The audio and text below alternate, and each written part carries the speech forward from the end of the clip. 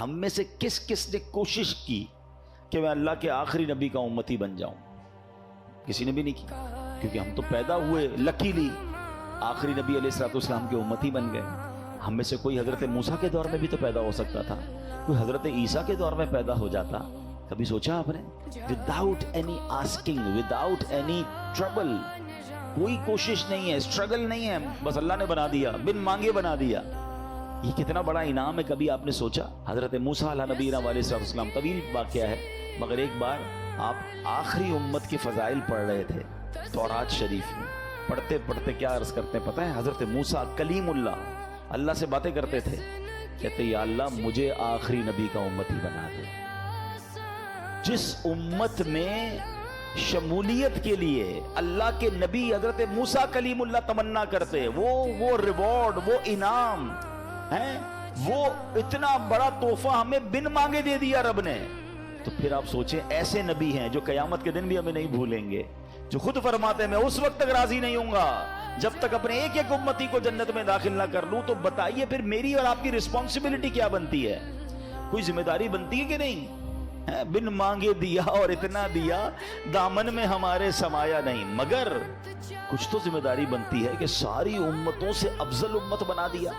آپ کو پتہ ہے کتنی امتیں آئی ہیں؟ 1,24,000 کے قریب انبیاء کم و بیش دنیا میں آئے، سب کے تقریباً چاہنے والے ان کی امت کے لوگ ہوں گے، مگر اس امت کو آخری امت ہے، اور چونکہ جناب رسول اللہ کی امت ہے اس لیے سب سے افضل امت قرار دیا گیا۔ تو مجھے جب یہ ریوارڈ ملا ہے تو میری ذمہ داری کیا؟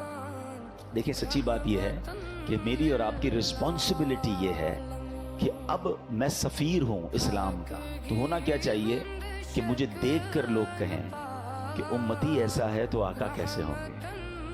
یہ اتنا سچا ہے تو اس کے نبی کی سچائی کا عالم کیا ہوگا؟ یہ اتنا ایماندار ہے، اس کے نبی کیسے امین ہوں گے؟ یہ اتنا با اخلاق ہے، اس کے پروفٹ علیہ الصلوۃ والسلام کا اخلاق کیسا ہوگا؟ ہونا کیا چاہیے تھا کہ آج دنیا بھر میں ہم سے مل کر لوگ مسلمان ہو جائیں، ہم سے تعلقات رکھ کے لوگ مسلمان ہوں اور اسلام کو اچھا کہیں۔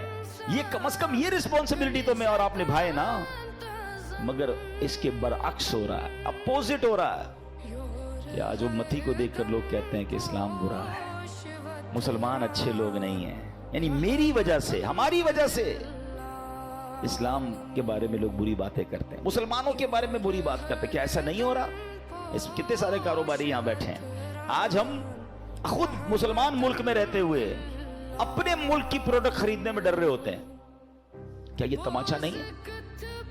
ہونا کیا چاہیے تھا؟ ہم کہتے ہیں ذرا کسی غیر مسلم ملک کی پروڈکٹ دیکھو، ذرا سچی چیز مل جائے گی، اچھی چیز مل جائے گی۔ میں نام نہیں لے رہا کنٹریز کے، آپ سمجھ رہے ہوں گے، فلاں میڈ ان لے لو، فلاں میڈ۔ ہمیں دوائیں لیتے ہوئے ڈر لگ رہا ہوتا ہے کہ اگر باہر کی دوائی مل جائے نا ذرا اچھی ہوگی، خریدتے ہیں لوگ، باہر جا کے دوائیں منگواتے ہیں، وہ دوائی یہاں بھی اویلیبل ہیں۔ کیوں؟ اس کا مطلب مسلمان تو ہیں مگر ایسا لگتا ہے دل میں ویسا ایمان نہیں جیسا ہونا چاہیے۔ تھوڑے سکوں کے لیے، تھوڑے پیسوں کے لیے لوگ ملاوٹ کر رہے ہیں، تھوڑے پیسوں کے لیے لوگ جناب دھوکہ دے رہے ہیں، حالانکہ اللہ کے حبیب علیہ الصلوۃ والسلام فرماتے من غش فلیس منا، جس نے دھوکہ دیا وہ ہم میں سے نہیں۔ رشوت لے رہے ہیں، سود کا کاروبار کر رہے ہیں، مرنا نہیں ہے۔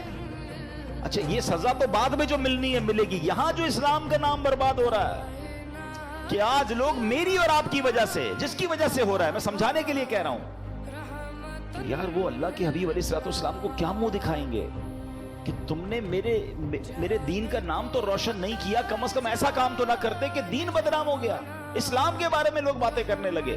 آج ہم سے کاروبار کر کے کوئی مسلمان ہوگا، ڈر رہے ہیں لوگ مسلمانوں سے کاروبار کرتے ہوئے۔ آج مسلمان کو پیسے دو تو ڈر لگ رہا ہوتا ہے واپس آئیں گے نہیں آئیں گے، اچھا وہ اللہ رسول کی قسمیں بھی کھا رہا ہوگا۔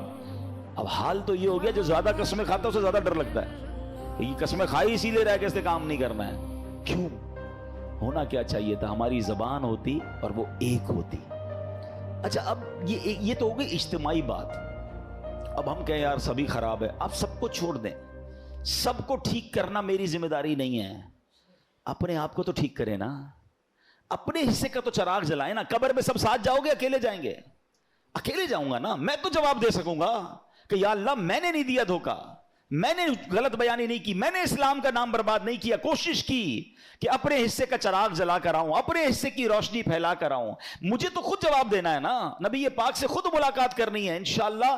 قبر میں بھی ملاقات کرنی ہے, محشر کے دن بھی ملاقات کرنی ہے انشاءاللہ. منہ دکھانے جیسا تو ہو کہ یا رسول اللہ صلی اللہ تعالی علیہ وسلم, آپ 1400 سال پہلے میں پیدا نہیں ہوا تھا, آپ ہمارے لیے دعائیں کرتے رہے, آپ آنسو بہاتے رہے, آپ معراج کی رات بھی ہمیں نہ بھولے. اور جب آپ پر یہ آیت کریمہ نازل ہوئی, وَلَسَوْفَ يُعْطِيكَ رَبُّكَ فَتَرْضَىٰ, اے محبوب ان قریب تمہارا رب تمہیں اتنا دے گا کہ تم راضی ہو جاؤ گے. حضور اس وقت بھی آپ نے ہم گناہگاروں کو یاد رکھا اور فرمایا میں اس وقت تک راضی نہ ہوں گا جب اپنے امتیوں کو جنت میں داخل نہ کر لوں. حضور میں بھی کچھ آپ کے حصے کا چراغ جلا کر آیا, آپ کی تعلیمات کا کچھ چراغ جلا کے آیا, آپ کی برکتوں سے میں بھی کچھ دین کی خدمت کر کے آیا. کچھ تو کر کے جائیے نا, ایسا مت کیجئے. اگر ہم میں سے کوئی ایسا مجھے سن رہا ہے, توبہ کیجئے, نمازوں کی پابندی کیجئے, سنت